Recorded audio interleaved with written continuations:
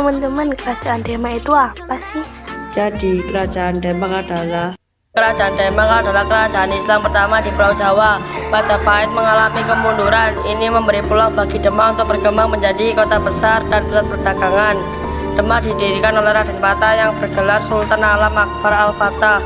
Kekuasaannya meliputi daerah Demak sendiri, Semarang, Tegal, Jepara, dan sekitarnya, dan cukup berpengaruh di Palembang, Jambi, dan Sumatera, serta beberapa wilayah di Kalimantan.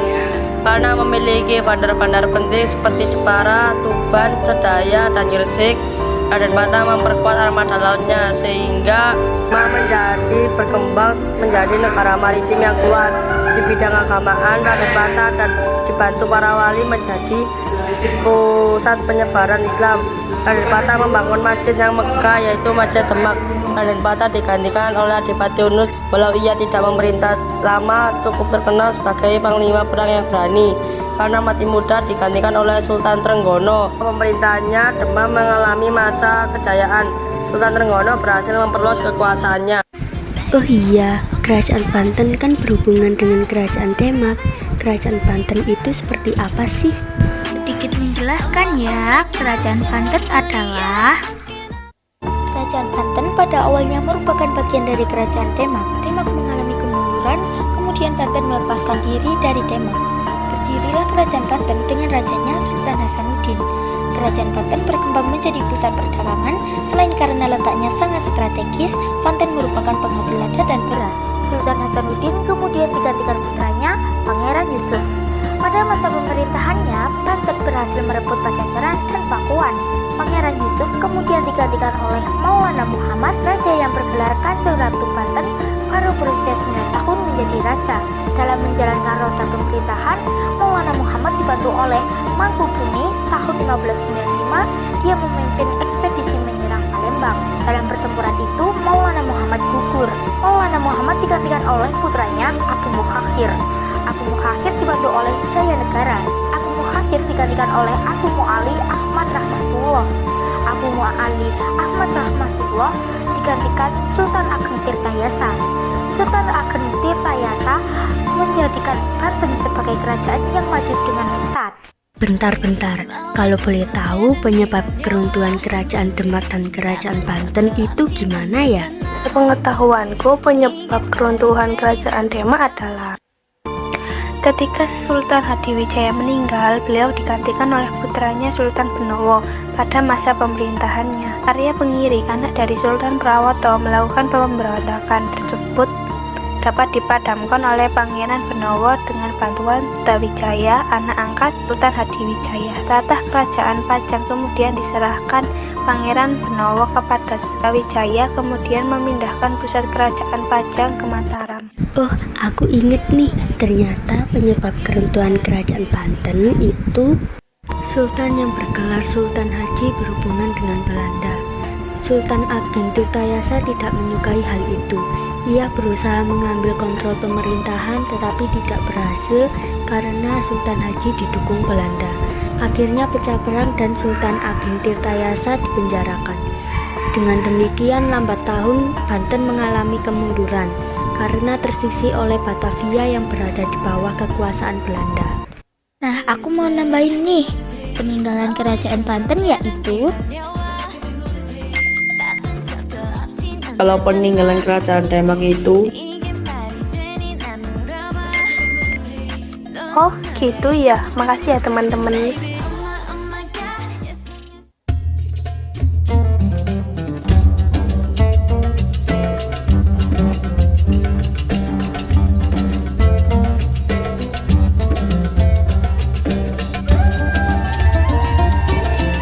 Kerajaan Makassar merupakan kesultanan yang terbentuk atas gabungan dua kerajaan, yaitu Goa dan Talo dengan pusat pemerintahan kerajaan di Sumbaupu, dan merupakan kerajaan Islam. Raja yang pertama adalah Karaeng Matawaya, merupakan raja pertama kerajaan Makassar yang bergelar Sultan Abdullah, sekaligus menjadi Mangkubumi Kesultanan Makassar pertama, dan raja yang paling terkenal adalah Sultan Hasanuddin. Pada masa pemerintahannya, Makassar mencapai masa kejayaan. Makassar berhasil menguasai hampir seluruh wilayah Sulawesi Selatan dan memperluas wilayah kekuasaannya. Berikut adalah peninggalan Kerajaan Makassar. 1. Istana Bala Lampoa. 2. Kompleks Makam Raja Kuat Talo. 3. Masjid Katangka. 4. Benteng Rotterdam. Pada masa Kerajaan Makassar, sumber Kesultanan Makassar diperoleh dari perdagangan dan juga pelayaran. Penyebab runtuhnya Kesultanan Makassar adalah dikarenakan konflik berkepanjangan dengan Belanda serta adu domba di antara masyarakat lokal.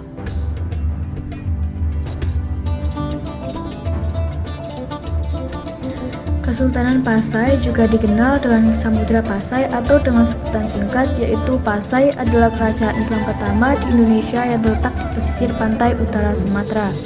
Kerajaan ini didirikan oleh Maurasilu yang bergelar Sultan Malik As-Saleh sekitar tahun 1267 dan beliau juga sebagai raja pertama. Sultan Malikul Saleh satu-satunya raja yang bisa membaca Al-Quran pada abad 13 dahulu.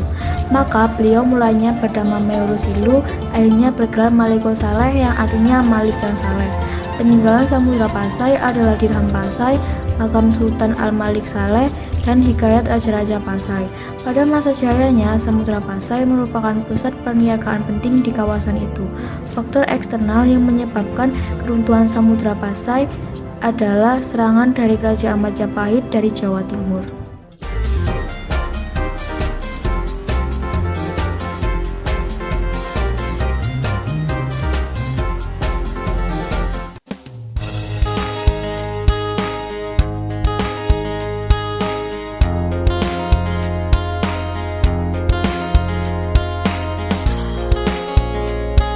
Kerajaan Mataram Islam.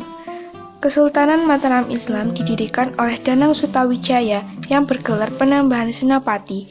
Ia memerintah dari tahun 1586 hingga 1601. Peninggalan Kerajaan Mataram Islam adalah Masjid Agung Gede Kauman, Taman Sriwedari, Masjid Agung Kraton Surakarta, Masjid Kota Gede, Keraton Kasunanan Surakarta, Rumah Sakit Kadipolo. Pekerjaan masyarakat Mataram Islam adalah karena posisinya berada di pedalaman. Kerajaan ini perekonomiannya adalah pertanian.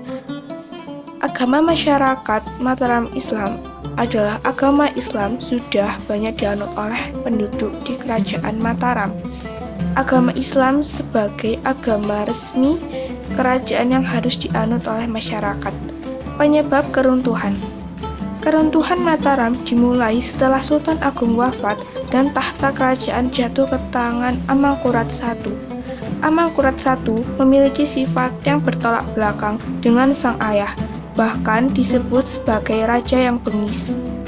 Setelah tragedi demi tragedi terjadi, rakyat mulai takut dan terbentuk sikap antipati. Akibatnya, rakyat bersatu menyerang kerajaan di bawah pimpinan Pangeran Trunojoyo dari Madura.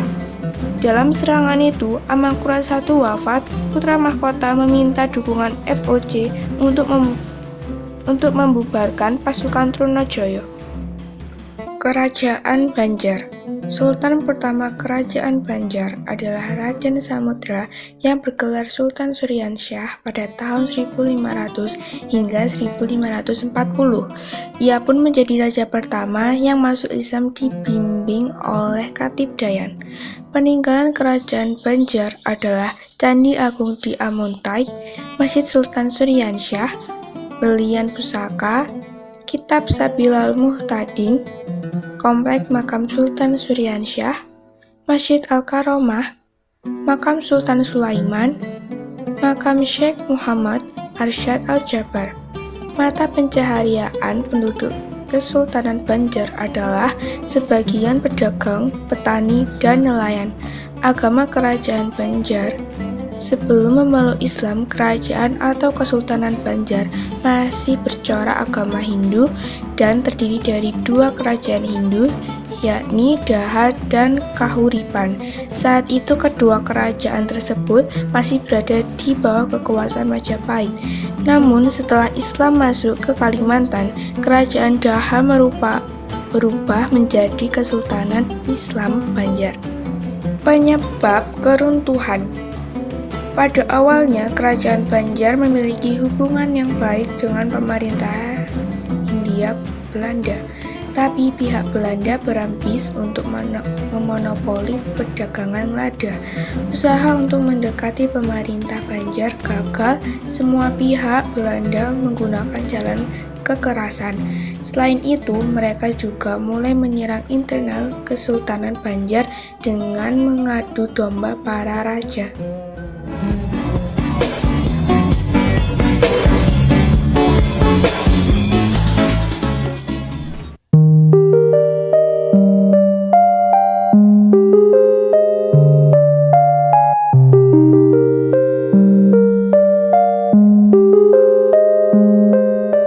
Kerajaan Aceh Darussalam.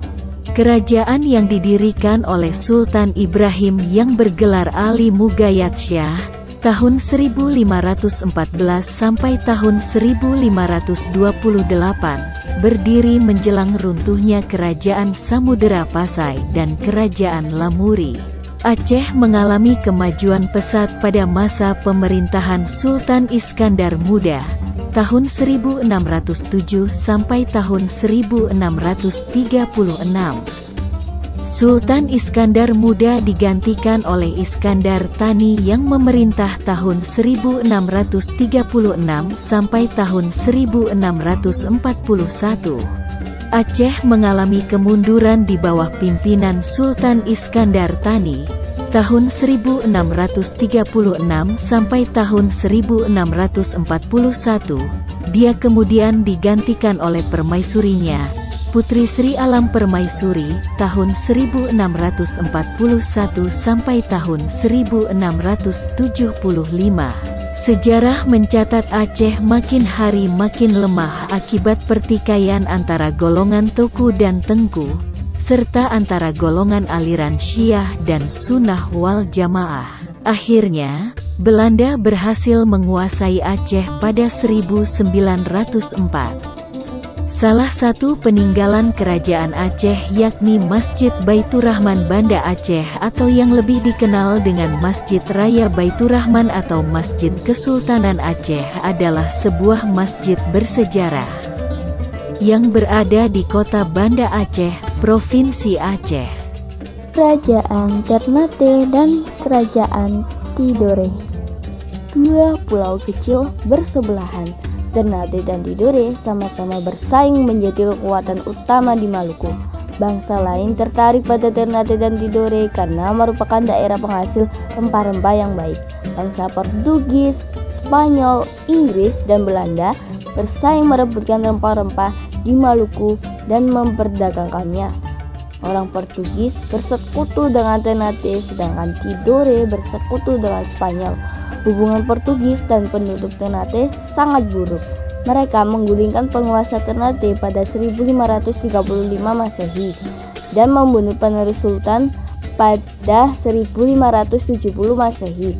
Raja Ternate yang dibunuh digantikan oleh putranya Sultan Ba'abullah pada tahun 1570 sampai 1538 Masehi. Sultan Ba'abullah memerintahkan dengan motivasi agama. Beliau merupakan penganut Islam yang taat dan mengusir Portugis dari kerajaannya pada 1575 Masehi. Orang-orang Eropa kemudian pindah ke Tidore. Ba'abullah dan putranya Sultan Said Ajin Berkat Shah bertahta pada tahun 1584 sampai 1606 Masehi, menyebarkan Islam di pulau sekitarnya. Peninggalan Benteng Teloko merupakan benteng peninggalan Spanyol yang berada di Kelurahan Sangaji, Kecamatan Ternate Utara, Kota Ternate, Maluku Utara.